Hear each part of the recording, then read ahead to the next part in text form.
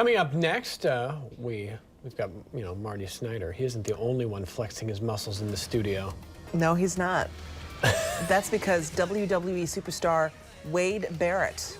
If you want to see Norma Holland melt through the floor, I did not, and I do not. Stay with I'm a us. professional. He is just a very handsome, tall man. What can I say? I mean, it's not his fault. What can he do? 3 minutes away from Norma melting through the floor. I did not. Yes, I did not at all. Not you in the least. All right, this is a very exciting morning for a lot of WWE fans. Wade Barrett is in studio with us, getting ready for tonight at the Blue Cross Arena. And by the way, what they're doing tonight, you can watch it 2 Fridays from now when it airs. But Wade is Wade is a fantastic guy. Wade, you came in here. You're all dressed up, and almost didn't recognize you for a moment, except that you're 6'6" and huge. You're in town tonight, and your fans, of course, are just crazy. They're crazy about you. What's your persona like? To be honest with you, I personally don't have too many fans. I'm kind of seen as the bad guy more than anything. So I'm the guy that people generally like to come along and boo and give me some sticks. So it's everybody else. You know, I love being booed. I love the notoriety I get from the crazy stuff we do out there. So no, I'm not offended at all by it. It's part of the show. It's something we enjoy. But Norma, see, he doesn't know his own strength, Wade. This guy's... My first wrestling was 1986. I went to WWF at the Richfield Coliseum outside Cleveland, which has been since, I think, torn down. I grew up with the likes of, Hulk Hogan and Andre the Giant and all those guys. I was watching. I saw Roddy Piper take on Macho Man, but wait, you talk about being a villain, but at the same time, that can change, right? I mean, characters, different things can happen in the storylines, and you may end up being... You could save a kitten from a tree, and then all of a sudden you're a nice guy. I'm not a great tree climber, but yeah, definitely things can change very quickly. I mean, our storylines and the stuff you see on TV is very much driven by our audiences, and sometimes for whatever reason, the audience will attach themselves to a character and decide, you know what, we're not going to boo him anymore, we're going to cheer for him, and then and things might change very quickly. You come out, you got this... Norma, you're about to see the Barrett Barrage. How do you say it, Wade? That's right, Barrett Barrage. Barrage. It's not often that you meet a British wrestler either. I don't know too many British wrestlers.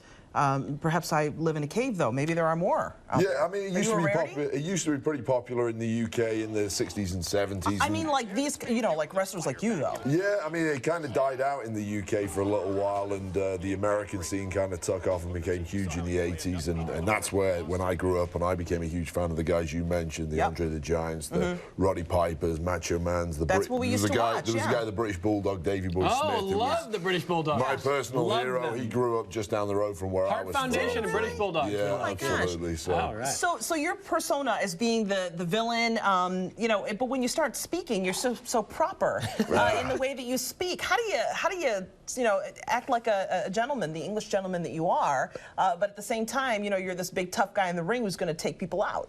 Sometimes when you speak eloquently, that makes people hate you even more. Especially if you have an English accent, you see in Hollywood, the English bad guy and all that. So it kind of helps me sometimes. Yeah. Now, I want to ask some serious questions. I mean, because you guys, you have to be in incredible shape to be able to do what you do, and to do it without, I mean, have you suffered injury? I mean, most wrestlers have some injuries throughout their career. Yeah, actually, earlier this year, I was out for about 6 months. I snapped my arm.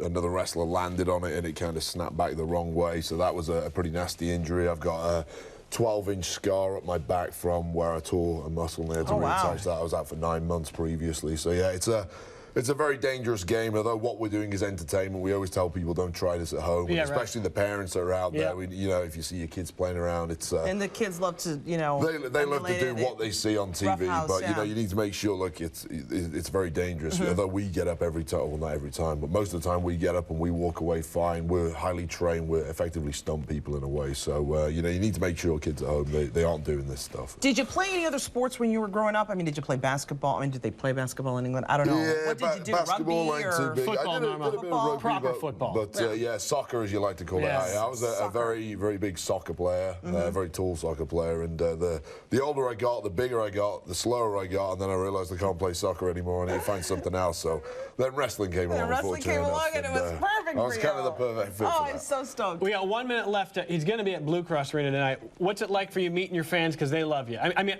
look, I know that they love to hate but they love you. but they do it because it is so much fun. What's it like meeting people? Oh, it's great meeting people. I mean, like I say, what we do is try and entertain people. And I think people get that when I'm in the ring and when I'm on camera, I'm a different person to what I might be when they meet me. So it's always great meeting the fans here. And, you look like an extra from the movie 300. Yeah, I've been told that before, since I've grown the beard, actually. Totally could have played a Spartan.